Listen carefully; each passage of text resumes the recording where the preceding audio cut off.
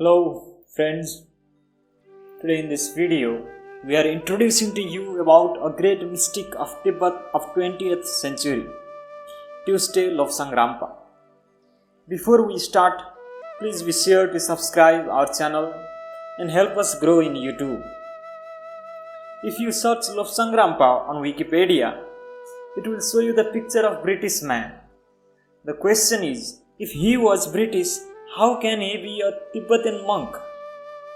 Now friends, he was a Tibetan monk who transmigrated into the body of a man named Cyril Hoskin, which means he left his Tibetan physical body and settled on the mature and adult body of Cyril Hoskin, with whom he made a deal much before. He was an author of paranormal and occult books. His primary work on Western world was to inform people about the mysterious traditions and cultures of occult sciences present in Eastern world. He has explained about his life in his previous body and after transmigration and the process of transmigration in his third book called The Rampa Story of 1960. Now friends, let's talk about Hollow Earth. He is one of the few people of that early age who exposed the mystery of Hollow Earth and explained quite a lot about it on his book called Twilight, 1975. When asked about the existence of Hollow Earth, he writes that Buddhism refers to an inner world called Agartha. This word is frequently used in Buddhist scriptures, and in fact, in Tibetan lore, there is much mention of Sambhalla, where the king of all the world lives. The king who is hidden from the millions on the surface of the world.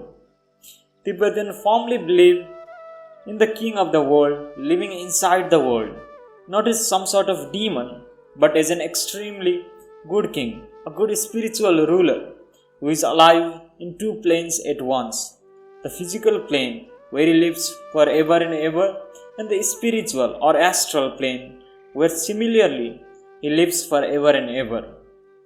Tibetans believe that the king of the world gave his first instruction to the first Dalai Lama, and the Dalai Lama was, in fact, the outer world representative of the inner world.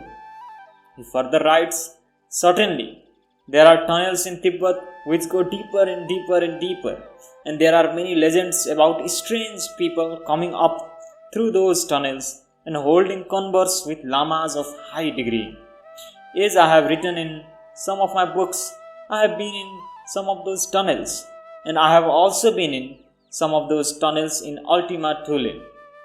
There are certain places in the earth where it is possible for the initiate, a sannyasi, to travel down into the center of the earth and meet representatives of that inner civilization. And among quite a number of people, there is a definite knowledge that people from the inner world do come out to converse with those on the surface. Actually, of course, some of the UFOs come from this inner world. He writes, claiming that there are tunnels from Brazil and from Tibet to inner world, and some pyramids of Egypt, South America, Gobi deserts are connected to inner earth. In Buddhist scripture, it is said that 25,000 years ago, when climate was changing and people of that time made excursion to North Pole and eventually came upon the inner earth which does not move. They realized that the earth is hollow and settled there. It is also said that gypsies are from hollow earth. He confirms that the commercial airlines do not fly over poles because it would interfere their navigational instrument. They fly near the poles but not exactly on the spots. He writes that all heavenly bodies are hollow with inner sun of atomic salt, which does not move. Astronomers have found that on the moon, for instance, there are strange lights seen at times about the poles. People inside the earth are very highly evolved people, indeed, who are remnants from Lemuria, Mu, Atlantis, and many even older civilizations. The earth has been racked by cataclysms, storms, meteors, and all the rest of it, and often people on the surface have been decimated, yet inside life goes on serenely, untroubled by things that are happening outside, and so spirituality and scientific knowledge has progressed. Chilean scientists have photographed UFOs rising from the South Pole and was submitted to US government under pressure. UFOs are of different types, but one type comes from inside the earth. There are many UFOs seen nowadays because the people are greatly worried by atomic explosions taking part on the outer surface of the earth. They want to stop the atomic research. Astronauts cannot detect the hole in the poles because it is always covered with clouds, and also they are concerned more about Chinese, Russian military status than some mythical hole in the poles. The governments conceal the truth because they are afraid of panic, but perhaps in the not too distant future they will have to admit the truth. The truth being that there is a hollow earth and a highly intelligent race within that hollow earth, and that one form of UFO comes from inside the hollow earth. Mind you, there is more than one type of UFO.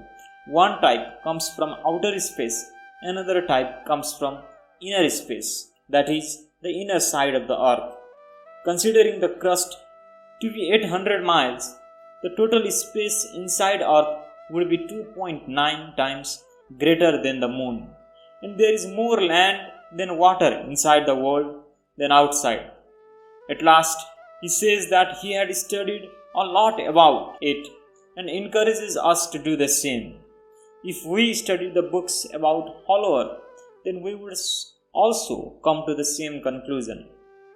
So guys, in other books of his, he writes of entering tunnel in Tibet and finding strange machines and crafts of ancient civilization.